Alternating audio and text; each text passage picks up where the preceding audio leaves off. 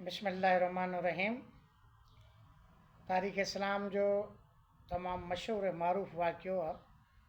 त नंढपण में इमाम हसन ऐं इमाम हुसैन अलैहिस्सलातु वस्सलाम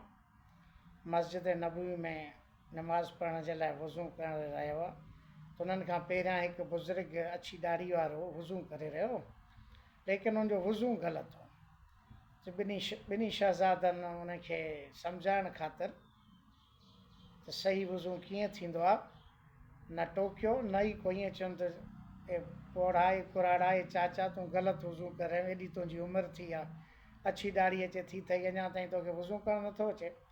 पर इहा अहल बैत जी सीरत में न हो, उनजो इख़लाक़ न हो त नंढपण जे हूंदे बि ॿिन्ही शहज़ादनि हसनैन करीमैन उन खे चयो, ए बुज़ुर्ग ए चाचा, असां ॿई ॿाहिरि वज़ू कयूं था, तव्हां असांजो वज़ू ॾिसो त ॿिन्ही मां कंहिंजो सही आहे। इमाम हसन बि वज़ू करणु लॻो, इमाम हुसैन बि। उन्हनि ॿिन्ही जो वज़ू ॾिसी उन चयो त शहज़ादो, तव्हां ॿिन्ही जो वज़ू जो तरीक़ो सही आहे, पर मुंहिंजो ग़लति आहे। त असल में सम्झाइण जो तरीक़ो, नसीहत जो तरीक़ो इहो ई आहे। पर उथंदे ई जेकॾहिं कंहिं ते हमिलो कबो, चिथर कबी, टोक कबी, भलो ग़लति ई छो न हुजे, पर उहो पंहिंजी ग़लती हरगिज़ तस्लीम न कंदो। तॾहिं त अमीर अल मोमिनीन अली बिन अबी तालिब अलैहिस्सलातु वस्सलाम इरशाद फरमायो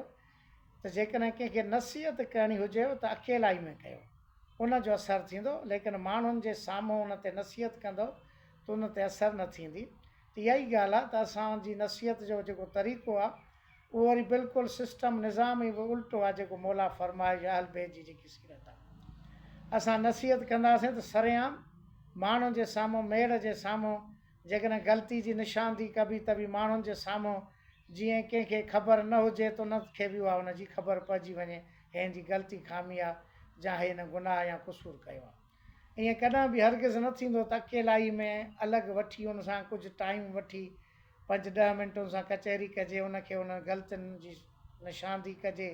उनखे नसीहत कजे, उनखे सम्झाइजे त उन ते असरु थींदो। पर असांजो तरीक़ो सरेआम आहे। हाणे असांजे मुआशिरे में केतिरियूं ई समाजी बुरायूं आहिनि, जुआ आहे, मंशात आहे, जिन घर तबाह करे छॾिया, इंसाननि खे तबाह करे छॾियो, माल मिल्कियत तबाह करे छॾी। पर उन जे लाइ बि को सही तरीक़ो कोन्हे। हुकूमत जो कमु आहे मंशात जो ख़ात्मो करणु।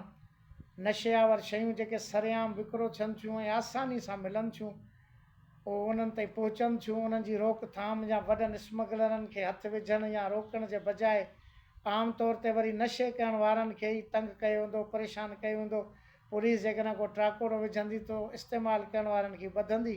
पर जेके वॾा स्मगलर आहिनि उन्हनि में हथु न विझंदी, या वॾा मंशात जा जेके कारोबार कनि था उन्हनि खे न, पर हल्कनि फुल्कनि हेठि सतह जे कुझु माण्हुनि खे रिकार्ड जी पूराई ख़ातिर गिरफ़्तार करे वरी उन महिल कलाक ॿिनि खां पोइ ॾेती लेती जे बुनियाद ते छॾे ॾींदी। ऐं असांजे मुआशिरे जे अंदरि इस्लाह बिल्कुलु कान्हे। हाणे मंशियात जेको वापराए थो फौरी तौर ते नथो छॾे सघे, छो जो हू ख़ुदि उन जे लाइ नुक़सानु आहे, बीमारियूं आहिनि, तकलीफ़ थींदी। उनजो आहे त उनजो इलाजु कराए वञे, इस्पताल में दाख़िलु कराए वञे। जेके मंशियात जे रोकथाम जे लाइ इस्पतालूं आहिनि, उनजी सलाह जे लाइ आहिनि, उन में दाख़िला हुजे, उनजो इलाजु हुजे। ऐं वरी ॿियो को अहिड़ो मुतबादिल उन जे लाइ रोज़गार ज़रियो का शइ हुजे जो उन्हनि माण्हुनि सां बि उनजो मेल जोल न थिए। छो जो इस्पताल मां 6 महीना 3 महीना निकिरी ईंदो, वरी बि उनजी संगत साथ उन्हनि माण्हुनि सां ई हूंदी जेके नशो कनि था, मंशात वापराइनि था। पर उन्हनि सां मिली जुली उन्हनि जी सोहबत, संगत ऐं कचहरियुनि में उहो वरी साॻियो नशो इस्तेमालु कंदो। त मालिकनि खे, वारसनि खे, मिटनि माइटनि खे घुरिजे त उनजो इलाजु कराइण सां गॾोगॾु वरी अहिड़े उनजो रोज़गार, कारोबार या नौकिरी जो बंदोबस्तु हुजे जंहिंमें मसरूफ़ हुजे। छो जो मुख्य शइ जेकी आहे वांधकाई ऐं बेरोज़गारी आहे, जेके इन्हनि शयुनि खे जी पज़ीराई थिए थी, जीअं चोरी, धाड़ा, फुरूं, वांधकाई जे करे थियनि था। नशो, जुआ, उन्हनि जो बि सबबु वांधकाई ऐं बेरोज़गारी आहे, कारोबार खां परे। पर असां जीअं मूं शुरूआति में अर्ज़ु कयो न त नसीहत जे बजाए टोक हूंदी, चिथर हूंदी। हाणे जेकॾहिं कंहिंजी बि ख़बर पवंदी आहे नशो वापराए थो, भंग पीए थो, चर्स पीए थो या सिगरेट पीए थो, त उनखे टोक जे तौर ते वरी सभिनी खे, या फलाणे जो पुटु बि भंग थो पीए, फलाणो जेको दुकानदार कारोबारी ॾाढो सुठो माण्हू आहे, फलाणे उस्ताद जो पुटु, फलाणे शरीफ़ माण्हू जो पुटु, वरी सभिनी खे वरी इश्तिहार बणाए पूरी बाज़ार में पूरे शहर में उन जी वरी उहा पज़ीराई बि करणी आहे, माण्हुनि ताईं उहा ख़बर बि पहुचाइणी आहे, जंहिंखे ख़बर न आहे उन ताईं बि पहुचे त फलाणो पाण खे मोतबर सम्झंदो या असां ते वरी मवालनि ते वरी टोकूं कंदो हो, पाण खे वरी मोतबर सम्झंदो हो त मां मास्तर आहियां, नौकिरी आहे, मां क्लार्क आहियां, पैसे वारो आहियां, दुकानु भलो थो हले, शरीफ़ आहियां, निमाज़ी आहियां, वॾो नेक निमाज़ी आहे, परहेज़गार आहे, असां मवालनि ते वरी टोकूं कंदो हलड़े भंगोरा, उहो फलाणे जो दुकानदार न जेको ॾिठो अथई वॾो सेठ, किराने जो दुकानु अथसि, उहो परियों न उन होटल जे परियों, उहो उन ते हिकिड़े दफ़े मां दुकान ते चढ़ी हुअमि, गर्मी हुई, छिती, कूलर थधो भरियो पियो, मां जीअं ई गिलास में हथु विधुमि त भॻो आयो अचे, गिलास मूंखां खसई, हलड़े भंगोरा,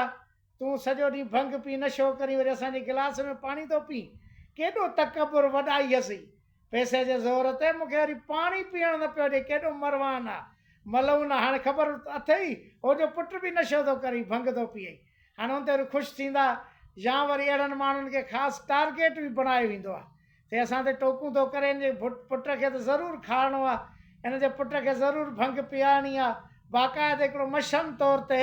उहो मसरूफ़ थी वेंदा त इहो शरीफ़ आहे, नेक निमाज़ी आहे, या असां ते टोकूं थो करे, हाणे टोकूं त मुआशिरे जो हिसो आहे, चिथर ज़ाहिर आहे या तुंहिंजी ग़लती आहे, पर असां वटि आई टोक आई चिथर आई, हाणे उहो टारगेट थी वेंदो हुनजो पुट जो, हिनखे ज़रूरु सिगरेट पीआरिणो आहे, ज़रूरु हिनखे भंग पीआरणी आहे, जो पाण खे मोतबर थो सम्झे,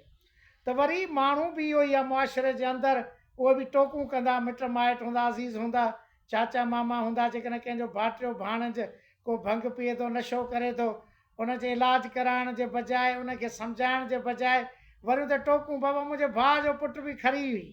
वरी ख़ुशि थी वरी ॿुधाईंदो पंहिंजे भाउ जो, मुंहिंजो भाटियो मुंहिंजो भाणेज बि भंग थो पीए, नशो थो करे, वरी ख़ुशि थी ॿुधाईंदो, ईअं न त वरी उनजो को तूं मदद कर, को उनखे सम्झाए, उनखे का नसीहत कर, उनजो को इलाजु करा। असांजे मुआशिरे जे अंदरि तमामु पढ़ियल लिखियल सुजाॻ बाशऊर माण्हू आहिनि, पैसे ॾोकड़ वारा माण्हू, उन्हनि जी ज़िमेवारी उन्हनि ते घणी थी आयत थिए त उहे इन्हनि माण्हुनि जो इलाजु कराइनि, उन्हनि खे नसीहत कनि, अहिड़ो को मुतबादिल ज़रियो हुजे जेको उन्हनि जे रोज़गार जो हुजे, कारोबार जो हुजे, वांधकाई खां उहो बचे, बेरोज़गारी खां बचे, पर हाणे छा थो थिए, घर वारा बि उन मां हथु कढी था वञनि, उन्हनि बि काफ़ी मरतबा उनखे सम्झायो या रोज़गार जे लाइ पैसा ॾिना, उन में नाकाम वियो, या पैसा खपाए छॾियईं जुआ ते या नशे ते, हाणे उहे बि हथु कढी आहे, जीअं माण्हू खां हथु कढिबो विबो परे थींदो वेंदो, वरी उहा ई उनखे संगत प्यारी हूंदी, दोस्ती प्यारी हूंदी, जेको नशे वारा आहिनि, मवाली आहिनि, या जेके उनजो साथ ॾियनि था, ॾुखे वक़्त में बि हिक ॿिए जी मदद कनि था, हाणे उनजा प्यारा उहे ई थी विया, हाणे पंहिंजनि खां नफ़रत कंदो, उन्हनि जो दुश्मन बणिजी वेंदो, त मूंखे धिकारे छॾियो अथनि, घटि मां कढी छॾियो अथनि, ऐं जेको आहे सो मूं ते इल्ज़ाम चोरी जो ॿियनि जो, हाणे जंहिंजी चोरी ज़ाहिर आहे त वञी चोरी कंदो, कंहिंजो मोटर चोरी कयईं, कंहिं नलके मां गन कढियईं, कंहिं मसीत मां बैटरी या पखो चोरायईं या घड़ियाल खयईं, हाणे पर नशे जी पूराई लाइ हुनखे छित कुताई थींदी, हुनखे तकलीफ़ थींदी नशे जी, त हाणे हुनजी ॿाड़ाई कीअं मरे, पोइ चोरी करे या वञी पिनी हुनजी पूराई करे। हाणे असांजे इदारनि जो कमु आहे, इंतिज़ामिया जो कमु आहे, हुकूमत जी ज़िमेवारी वधि में वधि ज़िमेवारी हुकूमत ते आद थिए थी, MPs MNs तक जा आहिनि, जेके रुगो वोट वठी वरी 5 साल ईंदा, रुगो इलेक्शन जे ॾिहाड़े में मुंहुं ॾेखारींदा, उन्हनि जो को बि कमु कोन्हे समाज जे अंदरि, न तरक़ियाती कमु कराइणा आहिनि, न के भलाई वारा कमु कराइणा आहिनि, बाबा ठीकु आहे तव्हां सरकारी नौकिरी नथा ॾियो, नंढा नंढा कारोबार धंधा आहिनि, उनखे 50,000 लख रुपियो मदद तौर ते ॾियो या कर्ज़ तौर ते ॾियो, बांडियूं खोले रेड़ी ते को सब्ज़ी खपाए या नंढो को कारोबार दुकान करे, पर MPs MNs जो अवाम सां को तालुक़ु वास्तो सिर्फ़ु वोटनि खां सवाइ ॿियो को आहे ई कोन, इलेक्शन जे ॾिहाड़नि खां सवाइ वरी पोइ लंघंदा बि कोन, त हो कमकार में इन्हनि में सरगर्मियूं कंदा कोन, पर असांजे ॻोठनि शहरनि में ईअं बि कोन्हे का भींग लॻी पई हुजे, अहिड़ा के बाशऊर सुजाॻ माण्हू न हुजनि, पढ़ियल लिखियल माण्हू न हुजनि, पैसे ॾोकड़ वारा न हुजनि, उन्हनि जी ज़िमेवारी आहे थी त अहिड़नि मवालनि नशनि जो पंहिंजे ख़र्च ते हिकिड़ो इलाजु कराइनि, हिकिड़ो भलाई जो कमु आहे, चङाई जो कमु आहे, सदके जारी आहे, ख़ैर ख़ैरात करण सां गॾोगॾु इहो ख़ैर जो कमु आहे, नेकी जो कमु आहे, त कंहिंखे बुराई खां बचाइजे, जुआ खां बचाइजे, नशे खां बचाइजे, उन जो इलाजु कराए, उनखे हल्को फुल्को को धंधो रोज़गार करे ॾिजे, तो पंहिंजी ज़िंदगी बहितर को तौर करे सघे थो, पर सभ खां पहिरियां उन माण्हू जी पंहिंजी ज़िमेवारी आहे त पंहिंजी ज़िंदगी खे तब्दील करे,